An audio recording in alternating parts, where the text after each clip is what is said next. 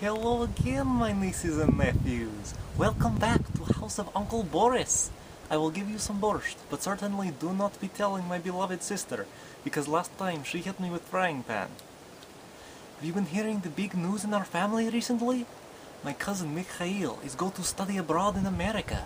He's going to attend very prestigious community college in large state of Nebraska. But luckily, he have me to turn at for advice, because I have been there before. Did you know?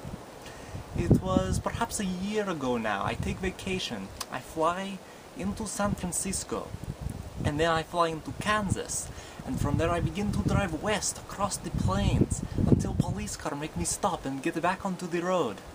No, I thought America was land of freedom, but apparently one is not free to make shortcut through the amber waves of grain. But anyway, I drive west until I reach Colorado, but then I decide not to go any further because I see the Rocky Mountains, and it reminds me of a terrible accident I had one time in the Urals. So I stop for a moment in City of Loveland. I do not find any love there though. I will tell you that part of story when you are much older. Anyways, I drive north and head into Nebraska. And at this point, I am beginning to feel tired because I have been driving for maybe 3 days and I've had no sleep, and my arms are beginning to droop and my head feels heavy. I feel like I have just had second bowl of borscht. So I look for a place to sleep, but all I see is grass, until finally I find a large motel in a building of 2 stories, and I do not even have to share my own restroom. I call down to the front desk for room service, but he only laughs at me, so I go for a walk to find food. I find a McDonald's, which makes me very happy, because it reminds me of Mother Russia. But while I am there, I see a very interesting thing. I see a jar on desk, called tip jar, full of money to thank the cashiers. I think is very innovative idea, letting customers give money for service. So I take $5 from the jar and I give it to the cashier because he is so nice to me. He begins to yell at me, but he is speaking too fast for me to understand. I assume he is thanking me. But anyway, the next morning, when I am going to get gas, I ask gas station attendants if there are any of great American landmarks nearby, because I have been driving for so long and I have seen nothing of interest.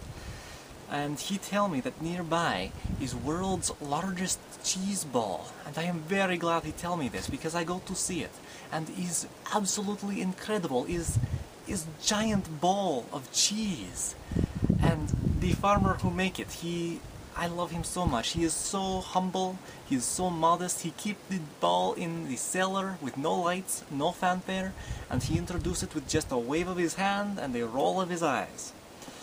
And he told me so many interesting facts about this cheese ball. Like, it is 7 feet in diameter, and it has over 500 kilograms of cheese in it, and he built it over tiny jelly. Oh, pardon me. I did not mean to lapse into Russian there. I know you are studying the English. I will try to be better. But you must understand, this cheese ball was so incredible. I tell him that it would go amazing in giant pot of borscht, but he only stared at me. I think perhaps English was not his first language. But I was not let to take picture of the cheese ball, but he did let me take picture with him. I was so honored to have photo taken with such prestigious businessmen. Here, I have a copy, right here.